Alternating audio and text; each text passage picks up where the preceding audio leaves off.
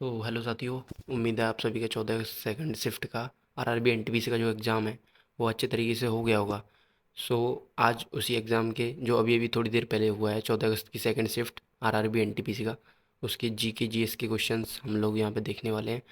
लगभग हमारे पास में 30 से 32 क्वेश्चंस हैं और उन सभी को अच्छे से कवर करेंगे। और जिनका भी नेक्स्ट शिफ्ट में एग्ज़ाम है या फिर जो एग्ज़ाम दे के अपने क्वेश्चंस मिला भी सकते हैं, और जिनका नेक्स्ट शिफ्ट में एग्ज़ाम है उनके लिए ये क्लास मोस्ट इम्पोर्टेंट रहेगी, बिकॉज इससे आपको पैटर्न का अंदाज़ा लगाना आसान है। ठीक है। और डेली लेटेस्ट एग्ज़ाम्स की सभी की वीडियोस हमारे चैनल पे मिलती है ऐसे ही। So please subscribe this channel. Okay.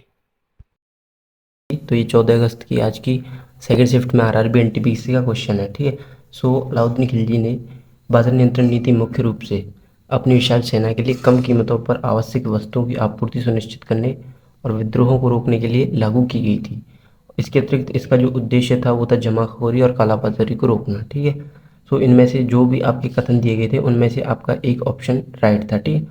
सो 42वें संविधान संशोधन के द्वारा किसको राज्य सूची से संवर्ती सूची में जोड़ा गया था?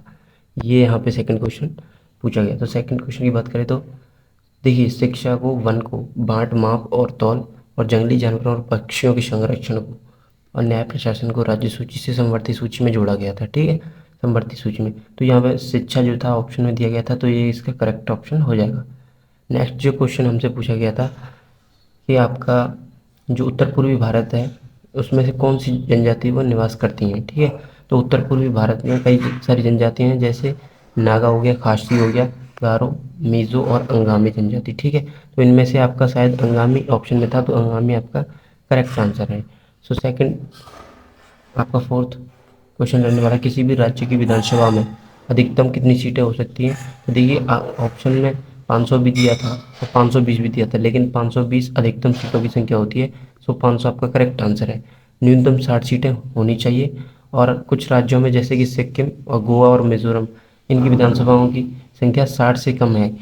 लेकिन इनको आप ऐसे रख सकते हो जैसे अपवाद की श्रेणी में, क्योंकि संसद ने विशेष परिस्थितियों में ऐसा करने की अनुमति दी है। तो जो नेक्स्ट क्वेश्चन है आपका वो है, हरियाणा में ऑपरेशन जो शील्ड था किस मंत्रालय के द्वारा लॉन्च किया गया था?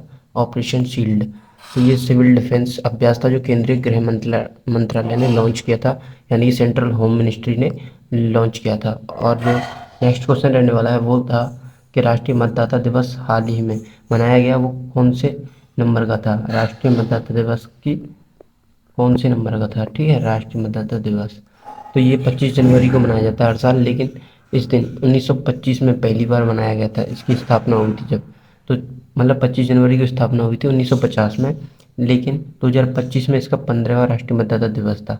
तो 15वां आपका करेक्ट आंसर हो जाएगा।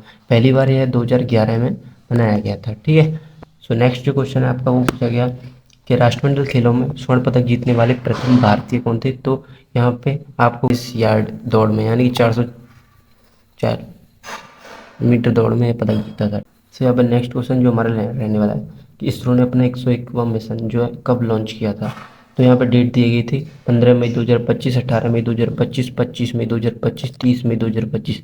तो यहाँ पे आपका जो 18 मई 2025 वो करेक्ट आंसर है, क्योंकि इन्होंने 101वां मिशन जो है इसरो ने अपना इंडियन स्पेस रिसर्च ऑर्गेनाइजेशन ने PSLV C61 के माध्यम से EOS-9 सैटेलाइट लॉन्च किया है। तो सैटेलाइट का नाम आपसे मोस्ट है जो आगे आने वाली शिफ्ट में पूछ सकता है। तो ये 18 मई 2025 को 101वीं मिसाइल थी इसरो की, 101वां मिशन था, सॉरी मिसाइल नहीं मिशन थी। ठीक है। तो आगे आने वाली शिफ्टों के लिए भी ये मोस्ट इंपॉर्टेंट है। तो नेक्स्ट जो क्वेश्चन पूछा गया था कि सुंदरबन का जो डेल्टा है वो किस राज्य में है? सुंदरबन का जो डेल्टा है वो किस राज्य में? सुंदरबन का डेल्टा, तो ये इसका आंसर है वेस्ट बंगाल, इसका करेक्ट आंसर है। ठीक है। नेक्स्ट जो क्वेश्चन पूछा गया वो पूछा गया कि एचडीआई इंडेक्स में भारत का जो स्कोर है ह्यूमन डेवलपमेंट इंडेक्स में कितना है 2025 में? ठीक है। 0.685 जो है आपका इसमें करेक्ट आंसर है। 2023 की ये रिपोर्ट है, लेकिन 25 में आई है। एचडीआई स्कोर इसमें 6.85 आया है। ठीक है, इंडिया का। बात करें नेक्स्ट की, तो नेक्स्ट क्वेश्चन था 1869 में आवर्त सारणी किसने बनाई थी? तो 1869 में तो ये मेंडलीव ने बनाई थी। उन्होंने तत्वों को परमाणु द्रव्यमान के आधार पर व्यवस्थित किया था और भविष्य में खोजे जाने वाले तत्वों के लिए खाली स्थान भी छोड़े थे। ठीक है। तो इनकी ये विशेषता थी। हेनरी मोजले ने 1913 में हालांकि आधुनिक आवर्त सारणी बनाई है। उन्होंने तत्वों के प्रतिपरमाणु क्रमांक के अनुसार इनको व्यवस्थित किया है, ठीक है। और इन्होंने द्रव्यमान के हिसाब से किया था। सो आपसे नेक्स्ट जो क्वेश्चन पूछा गया वो पूछा गया कि एससी और एसटी महिलाओं के लिए पंचायती राज में आरक्षण किस अनुच्छेद में कहा गया है। सो एससी और एसटी महिलाओं के लिए आरक्षण का प्रावधान 243D में है ना। और ये 73वें संविधान संशोधन के द्वारा 1992 के तहत ये इसमें जोड़ा गया है। इसमें पंचायत में कुल सीटों का 1/3 जो भाग है एससी और एसटी की महिलाओं के लिए आरक्षित है कुल सीटों का, ठीक है। सो नेक्स्ट जो क्वेश्चन पूछा गया वो पूछा गया था कि आपका डाइटरी जो फाइबर है वो किस में मदद करते हैं ह्यूमन बॉडी में, किस पार्ट में, ठीक है। तो आहार रेशा जो है डाइटरी फाइबर मानव शरीर के पाचन और उचित मल त्याग में मदद करते हैं, ठीक है। डाइटरी फाइबर किस में मदद करते हैं, पाचन और उचित मल त्याग में। शहरी विकास के लिए कौन सी सरकारी योजना है, तो इनमें ऑप्शन में जो भी योजना दी गई थी वो इसमें करेक्ट आंसर है। तो इसमें स्मार्ट सिटीज़ मिशन शायद दिया हुआ था, तो ये इसका करेक्ट आंसर है स्मार्ट सिटीज़ मिशन 2015। बिहार की प्रसिद्ध लोक चित्रकला कौन सी है, तो मधुबनी पेंटिंग्स जो है सभी को पता होगा। यहाँ पे जिसे मिथिला भी कहा जाता है, ये पेंटिंग है बिहार की फेमस है, ठीक है। कंट्रोल+V जो कंप्यूटर में किसके लिए काम आता है, तो ये यहाँ पे पेस्ट करने के लिए काम आता है। जो भी आपने टेक्स्ट जो है कॉपी किया, कट किया है या कॉपी किया है, उसको पेस्ट करता है कंट्रोल+V। सो नेक्स्ट जो आपको क्वेश्चन पूछा गया कि राज्यों के पुनर्गठन आयोग के जो सदस्य थे वो कौन थे। तो देखिए फजल अली और ये भी अध्यक्ष थे, जबकि के.एम. पन्नेकर ये सदस्य थे। तो यहाँ पे के.एम. पन्नेकर अगर सदस्य पूछा गया होगा तो के.एम. पन्नेकर आंसर सही है। सो नेक्स्ट जो क्वेश्चन पूछा गया था वो था अंडमान और निकोबार द्वीपों में कौन सा जलडमरू मध्य जो है इनको विभाजित करता है। सो 10 डिग्री जो चैनल है अंडमान निकोबार द्वीपों को विभाजित करता है। प्लेटों के बीच जो उपसरी, इसका मतलब क्या होता है, उपसरी का मतलब महासागरीय प्लेटों की बात की जा रही है, ठीक है। तो यहाँ पे इसका आंसर हो जाएगा कि भूगोल में उपसरी जो है इसका मतलब है एक प्लेट का दूसरी प्लेट के नीचे धंसना या खिसकना। यह प्रक्रिया अधिकतर महासागरीय और महाद्वीपीय प्लेटों के बीच होती है, ठीक है। और ये इससे पर्वत, ज्वालामुखी और भूकंप उत्पन्न हो सकते हैं, ठीक है। नेक्स्ट क्वेश्चन जो हमसे पूछा गया वो पूछा गया हाल ही में भारत का पहला जैविक मत्स्य पालन क्लस्टर कहाँ पे शुरू किया गया है, तो ये आपका सिक्किम राज्य में शुरू किया गया है जैविक मत्स्य पालन क्लस्टर, ठीक है। और यह किस योजना के अंतर्गत है, तो ये प्रधानमंत्री मत्स्य संपदा योजना के तहत सिक्किम के सोरंग जिले में यहाँ पे स्टार्ट किया गया है। नेक्स्ट जो क्वेश्चन पूछा गया रानी अवंतीबाई का संबंध किस राज्य से है, तो रानी अवंतीबाई का संबंध एमपी राज्य से। ये रामगढ़ की रानी थी।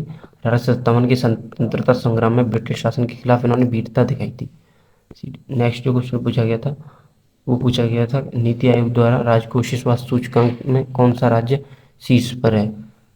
एंड नेक्स्ट जो क्वेश्चन पूछा गया था digital economy partnership agreement DEPA किन देशों के बीच हुआ है, तो ये एक पार्टनरशिप है, डिजिटल इकोनॉमी पार्टनरशिप एग्रीमेंट है। और ये न्यूजीलैंड, चिली और सिंगापुर 3 देशों के मध्य हुआ है। और ये 12 जून 2020 को इस समझौते पर तीनों देशों ने हस्ताक्षर किए थे।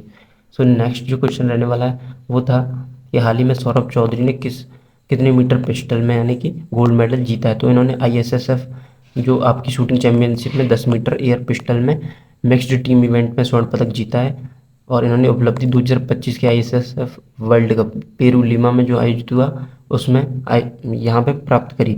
और उन्होंने सुरुचि सिंह के साथ मिलकर यह शीर्ष स्थान पाया है, ठीक है। नेक्स्ट जो क्वेश्चन है वो पूछा गया रेडियो सक्रियता का मान कितना होता है। यहाँ पे रेडियो सक्रियता का जो मान है वो बैक्यूरल में मापा जाता है। और इसको मान मापने के लिए SI इकाई जो है बैक्यूरल है, जबकि पुरानी इकाई जो है वो क्यूरी है। और जो क्यूरी आपका ऑप्शन में दिया गया था ये सही आंसर है। क्यूरी 3.7 इंटू 10 की पावर 10 बैक्यूरल के बराबर होती है 1 क्यूरी, ठीक है। सो जो नेक्स्ट क्वेश्चन पद्मनाभ स्वामी मंदिर, पद्मनाभ स्वामी मंदिर तो ये कहाँ पे है, तो ये यहाँ पे केरल में हो जाएगा, इसका आंसर केरल में स्थित है।